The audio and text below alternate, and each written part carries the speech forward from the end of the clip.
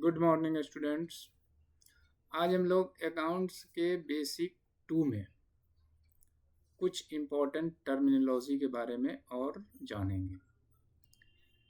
जैसा कि हमने अपने पहले वीडियो में 3 वर्ड के बारे में हमने आपको बताया था। ट्रांजैक्शन पिछले वीडियो में, डेटर और क्रेडिटर, वो बना है अकाउंट्स बेसिक के नाम से। आज हम आप लोगों को बताएंगे कुछ और टर्म के बारे में, जैसे कैपिटल। कैपिटल क्या है बिजनेस में? बिजनेस में कैपिटल क्या है? अब जैसे मान लिया जाए कि राम एक व्यक्ति का नाम है, एक पर्सन का नाम है। राम को एक स्टेशनरी का दुकान खोलना है। अब स्टेशनरी के दुकान के लिए वो पहले दुकान लायक रूम खोजेगा। रूम खोजने पर उसको मिला, रूम ओनर से बात हुआ। उनका कंडीशन था कि आपको जो है 50,000 एडवांस डिपॉजिट करना होगा। उसके बाद दुकान मिल गया तो दुकान में हमको अपना किताब रखने के लिए रेक बनवाना पड़ेगा। तो रेक बनवाने में हमारा 1 लाख रुपया रेक बनवाने में खर्च हो रहा है। उसके बाद फिर रेक बन गया। रेक बन जाने के बाद अब हमको किताब कुछ स्टार्टिंग करने के लिए कुछ तो स्टार्टिंग बुक्स चाहिए, बेसिक कुछ बुक चाहिए। तो वो हमने मार्केट से शॉपिंग किया तो 20,000 रुपया का बुक्स भी हमने खरीद के लाया, बुक्स और कॉपी कुल मिला के। तो ये जो बिजनेसमैन स्टार्ट किया बिजनेस, तो उसको 50,000 एडवांस के रूप में जमा करना पड़ा रेंट के नाम से। 1 लाख रुपया अपना बिजनेस का एसेट्स तैयार किया, एक रेक वगैरह बनवाया, काउंटर वगैरह बनवाया, और 20,000 रुपया अपना गुड्स यानी जो बिजनेस वो करने जा रहा है उससे रिलेटेड प्रोडक्ट खरीदा। तो कुल मिला करके 1,70,000 उसका स्टार्टिंग इन्वेस्टमेंट बिजनेस में हुआ। तो ये 1,70,000 जो है बिजनेस के लैंग्वेज में क्या बोला जाएगा? इसी को बोला जाएगा कैपिटल। अब कैपिटल का डिफिनेशन क्या हो गया कि a starting investment in any business, either in form of goods, either in form of cash, either in form of assets. Business में बिजनेस स्टार्ट करते समय बिजनेस में जो कुछ भी बिजनेस में लगाता है स्टार्टिंग टाइम में, चाहे वो रुपये के रूप में लगाए, सामान के रूप में लगाए या एसेट्स के रूप में लगाए, उस सब को कंबाइंड रूप से बोला जाता है बिजनेस के लैंग्वेज में कैपिटल। तो ये राम ने जो बिजनेस शुरू किया तो राम का कैपिटल जो हो गया वो बोला जाएगा 1,70,000। अब ड्यूरेशन बेसिस पर कैपिटल के भी 2 टाइप हैं। एक ओपनिंग कैपिटल, दूसरा है क्लोजिंग कैपिटल।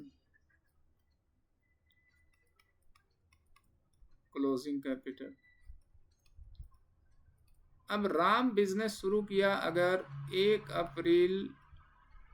अप्रैल 2024 को।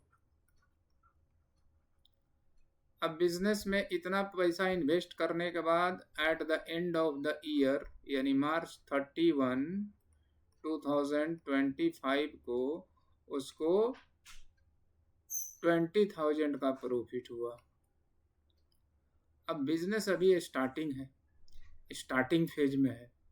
तो कोई भी बिजनेसमैन चाहेगा कि हमको अगर ज़्यादा प्रॉफिट कमाना है तो बिजनेस में और पैसा हम इन्वेस्ट करें।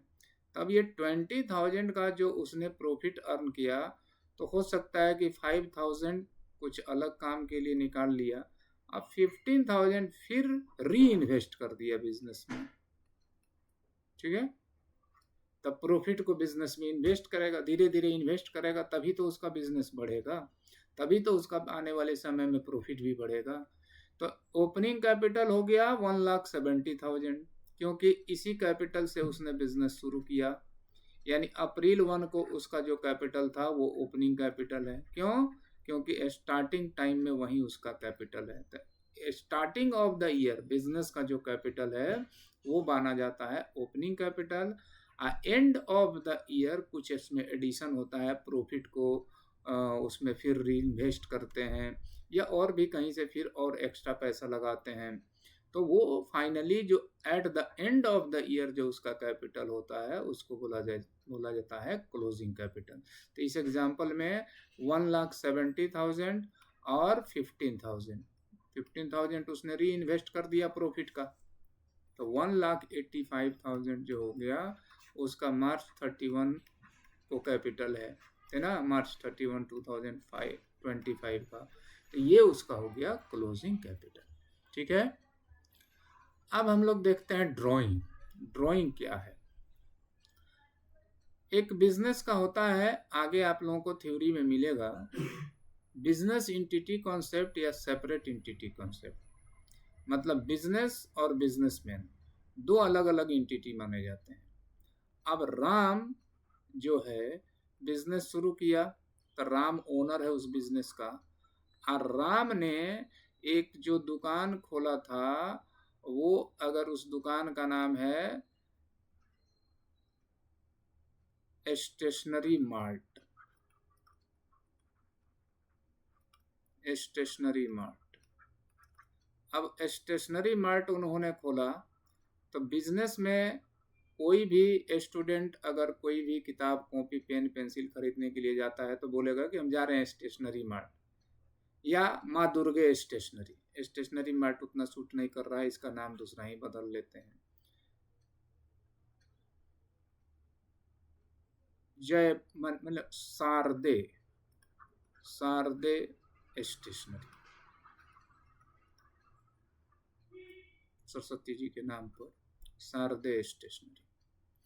तो कोई भी स्टूडेंट बोलेगा जा रहे हैं शारदे स्टेशनरी हम बुक खरीदने, चाहे कॉपी खरीदने, चाहे पेन खरीदने।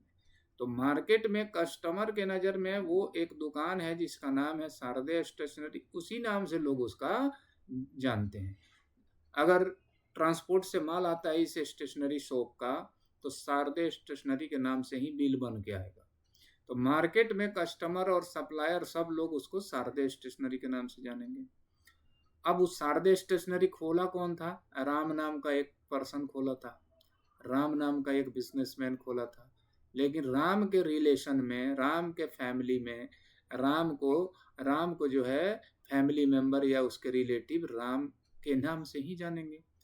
राम किसी के भाई होंगे, किसी के पापा होंगे, या किसी का कुछ ना कुछ रिलेटिव होंगे, तो उनका अपने सोसाइटी में अलग नाम से जो है उनका नाम पॉपुलर है। तो इसलिए माना जाता है कि बिजनेस और बिजनेसमैन दो डिफरेंट एंटिटी है। अब बिजनेस में जब इन्वेस्टमेंट कर दिया गया पैसा, तो ये बिजनेस के नाम से हो गया। अब राम का उस पैसे पर अधिकार नहीं है। अगर राम अपने पर्सनल यूज के लिए अगर पैसा विड्रॉ करता है, ये ड्राइंग वर्ड जो बना है वो विड्रॉ शब्द से बना है। ये ड्राइंग जो है विड्रॉ शब्द से बना है। विड्रॉ मतलब पैसा निकालना। तब बिजनेसमैन अगर बिजनेस से पैसा विड्रॉ करता है, लेकिन फॉर पर्सनल यूज या फॉर हाउस होल्ड पर्पस या फॉर प्राइवेट यूज या डोमेस्टिक पर्पस, यानी जब कब कोई बिजनेसमैन अपने बिजनेस से रुपया यानी कैश या गुड्स अपने पर्सनल या डोमेस्टिक यूज के लिए विड्रॉ करता है, तो बिजनेस से इस तरह के विड्रॉ को, बिजनेस से इस तरह के निकालने को बोला जाता है इंग्लिश में, बिजनेस के लैंग्वेज में ड्राइंग, है ना। अब राम जो है withdraw ₹500 for personal use. Ram अपने निजी काम के लिए 500 रुपया दुकान से निकाला। निजी काम क्या था? घर के लिए कुछ सामान खरीदना था। तो वो 500 रुपया निकाला, उससे बिजनेस का कोई काम नहीं किया, सप्लायर का पेमेंट नहीं किया, स्टाफ का सैलरी नहीं दिया, ऐसा कुछ नहीं किया, बल्कि उसको अपना ज़रूरत था, अपने लिए हो सकता है टी शर्ट खरीदना हो, अपने परिवार के किसी आदमी के लिए टी शर्ट खरीदना हो, या कोई भी चीज़ खरीदना, उसके लिए उसने निकाला। तो ये जो 500 रुपया का विड्रॉ उस राम ने किया, तो बिजनेस के लैंग्वेज में उसको बोला जाएगा ड्रॉइंग। अगर मान लिया जाए कि अगर ये 500 वो विड्रॉ किया और जा करके पेड टू हिज सप्लायर, जा करके उसने अपने सप्लायर को पेमेंट किया, जो ड्यू था उसके ऊपर कुछ रुपया, मान लीजिए कि 2500 रुपया ड्यू था, 2500, उसमें सोचा कि आज 500 जा करके पे करते हैं, तो बिजनेस से निकाला, लेकिन क्या किया, उसका यूज किया कि फॉर प्रीवियस ड्यू पेमेंट में टू द सप्लायर, सप्लायर को पिछला बकाया पेड किया। तो ये जो है बिजनेस का ड्राइंग नहीं है। क्यों? क्योंकि इसका रिलेशन बिजनेस से है। तो ड्राइंग वो है जिसका रिलेशन बिजनेस से नहीं है, जिस पैसे का यूज बिजनेस में नहीं हो रहा है, बल्कि बिजनेस मैन के पर्सनल पर्पस के लिए यूज हो रहा है, प्राइवेट यूज के लिए यूज हो रहा है, तो वो है ड्राइंग। अब एसेट्स क्या है? एसेट्स का मतलब होता है एनी वैल्यूएबल थिंग्स, बिजनेस में कोई भी कीमती चीज दो सपोर्ट बिजनेस, जो बिजनेस को सपोर्ट करता है, बिजनेस के प्रॉफिटेबिलिटी को इंक्रीज करने में हेल्पफुल है, बिजनेस के प्रॉफिट कमाने की क्षमता को बढ़ाता है, और जो बिजनेस में फ्यूचर बेनिफिट देता है, वो है एसेट्स। अब जैसे बिजनेस में परचेज फर्नीचर या 2 चेयर फॉर रुपीज 1000, 1000 रुपये का 2 कुर्सी खरीद के लाया दुकानदार। क्यों लाया? क्योंकि बिजनेस में कस्टमर आते हैं तो उनको बैठने के लिए दिक्कत होता है, तो ये जो चेयर है उसके लिए वो क्या है, वो हो जाता है बिजनेस का एसेट्स। लेकिन एसेट्स और गुड्स में डिफरेंस है, वो अब अभी अगले क्लास में कभी हम बताएंगे। लेकिन एसेट्स मतलब वो जो बिजनेस को सपोर्ट करता है, कोई भी वैल्यूएबल थिंग्स जो बिजनेसमैन जनरली रीसेल पर्पस से नहीं खरीदता है, वो बिजनेस के सपोर्ट के लिए खरीदता है, बिजनेस के प्रॉफिटेबिलिटी को बढ़ाने के लिए खरीदता है। तो उस तरह से जो इन्वेस्टमेंट करता है कोई भी चीज में, जो डेली नहीं खरीदा जाता है, 2 साल 4 साल 10 साल पर कभी कभी खरीदा जाता है, जो बिजनेस के स्ट्रेंथ को बढ़ाता है, बिजनेस के प्रॉफिटेबिलिटी को इंक्रीज करता है, जिस जो रिसोर्सेज, वो है बिजनेस का एसेट्स। या बिजनेस को जो फ्यूचर बेनिफिट दे, जो भविष्य में उसको लाभ पहुंचाए। आज हम मशीन खरीद लिए, कोई बाइंडिंग मशीन है ना, यही सोच के न खरीदेंगे कि आगे चल करके जो हम स्पाइरल बाइंडिंग दूसरे जगह कराते थे, आज हमारे पास स्पाइरल बाइंडिंग का मशीन हो जाएगा तो हम खुद करेंगे, तो जो दूसरे को हम देते थे 10-20 रुपया, वो हमारे अकाउंट में आएगा, है ना। तो ये है एसेट्स। अब है लाइबिलिटीज। लाइबिलिटीज का मतलब क्या हुआ? रिस्पॉन्सिबिलिटीज। रिस्पॉन्सिबिलिटीज का मतलब क्या हुआ? टू हुम मनी गिवन, जिसको हमें पेमेंट करना पड़ेगा, यानी बिजनेस का वो मोरल ड्यूटी जिसका पेमेंट बिजनेसमैन को एक सर्टेन ड्यूरेशन के एंड में करना पड़ेगा, जिसके नहीं करने से उसको नुकसान उठाने पड़ सकते हैं, फाइनेंशियली या किसी भी एंगल से। तो बिजनेस के ऊपर लोन या कर्जा, यानी लोन जिसका पेमेंट इन फ्यूचर बिजनेसमैन को करना है, उसका मोरल ड्यूटी है उस लोन का पेमेंट करना, उस पैसे को लौटाना, है ना। तो वो बिजनेस का लाइबिलिटी है। लाइबिलिटीज मतलब वही रिस्पॉन्सिबिलिटी, जो बिजनेसमैन को करना ही करना है, अगर नहीं करेगा तो उसको कई एंगल से उसको नुकसान उठाना पड़ सकता है। अब एग्जाम्पल जो हम लोग पहले ही पढ़ चुके हैं उसी के एंगल से देखते हैं। तो ये डेटर जो है बिजनेस का एसेट्स है। क्यों? क्योंकि इस पर बिजनेस को पैसा मिलेगा। क्रेडिटर जो है वो बिजनेस का लायबिलिटी है। क्यों? क्योंकि इस पर बिजनेसमैन को पेमेंट करना पड़ेगा। तो इन शॉर्ट एकदम एक शब्द में अगर हम बोलें तो एसेट्स वो वैल्यूएबल थिंग्स है जो जनरली बेचने के लिए तो नहीं खरीदता है बिजनेसमैन, लेकिन जिसको बेचे तो कुछ पैसा मिल जाए, जिससे इन फ्यूचर पैसा वसूल हो सकता है, पैसा मिल सकता है, वो है एसेट्स। लायबिलिटीज का मतलब क्या है कि वो चीज जिस पर इन फ्यूचर मनी पे करना पड़ेगा। ऐसे एसेट्स और एसेट्स जो है हम डेफिनेशन जो बोल रहे हैं वो नॉन करेंट एसेट्स का हम बोल रहे हैं। तो एसेट्स जनरली दो टाइप के होते हैं, एक नॉन करेंट एसेट्स और एक current assets. Non current assets और करंट एसेट्स।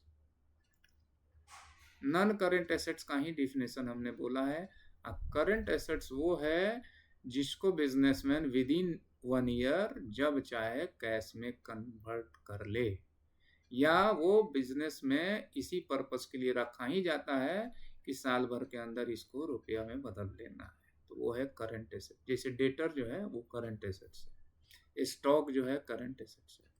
लाइबिलिटी भी दो टाइप के हैं, एक नॉन करंट लाइबिलिटी और दूसरा current liability. Non current liability जिसका पेमेंट विद बिजनेसमैन को आफ्टर 1 ईयर करना है ना, 1 साल 2 साल बाद करना है, 4 साल 5 साल लगेगा तभी कर सकते हैं।